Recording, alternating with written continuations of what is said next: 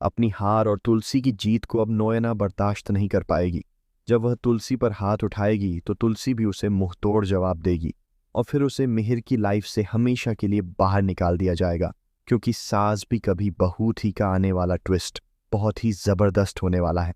तो दोस्तों, फाइनली अब यहाँ पर नोएना हमेशा के लिए मिहिर की लाइफ से और वीरानी परिवार से बाहर निकलने वाली है।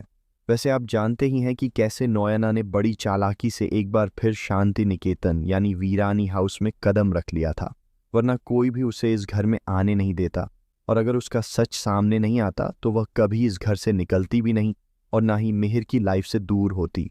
लेकिन अब फाइनली आपको देखने को मिलेगा कि जब मिहिर नोएना को एक्सेप्ट कर लेता है और उससे शादी करने के लिए तैयार हो जाता है और तुलसी भी पूरे परिवार को मना लेती है, तभी सच्चाई सामने आती है। तुलसी को एक डॉक्टर के जरिए पता चलता है, उसी डॉक्टर से जिससे नोएना मिली थी, कि नोएना को ब्लड कैंसर है ही नहीं।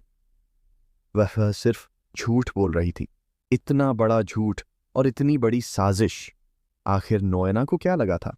क्या यह सच कभी सामने नहीं आता? क्या शादी हो जाती और वह मिहिर के साथ खुश रह पाती? क्योंकि मिहिर तो कभी उसका था ही नहीं। फिर भी इतनी चालबाजी क्यों? अब तुलसी फिलहाल चुप रहने वाली है, लेकिन शादी वाले दिन वह नोएना का सच सबके सामने लेकर आएगी और अपने शब्दों से उसकी ऐसी बेइज्जती करेगी कि सब हैरान रह जाएंगे। इसके बाद नोएना गुस्से में आकर तुलसी पर हाथ उठाएगी, लेकिन तुलसी भी उसे करारा जवाब देती नजर आएगी। पूरा परिवार यह देखकर हैरान रह जाएगा कि कोई इतना नीचे कैसे गिर सकता है।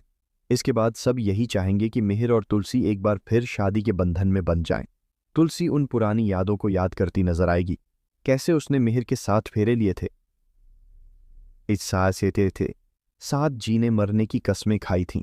वह सब कैसे भूल सकती है? अब सच का खुलासा होगा और जब सच सामने आएगा तो नोएना किसी को मुंह दिखाने लायक नहीं बचेगी। उसका चैप्टर हमेशा के लिए खत्म हो जाएगा। वहीं मिहिर बहुत खुश होगा यह देखकर कि तुलसी ने न सिर्फ उसे बचाया बल्कि अपने प्यार पर विश्वास भी बनाए रखा। आखिरकार जीत सच की ही होगी। तो दोस्तों, अब नोएना हमेशा के लिए इस घर और मिहिर की जिंदगी से बाहर हो जाएगी।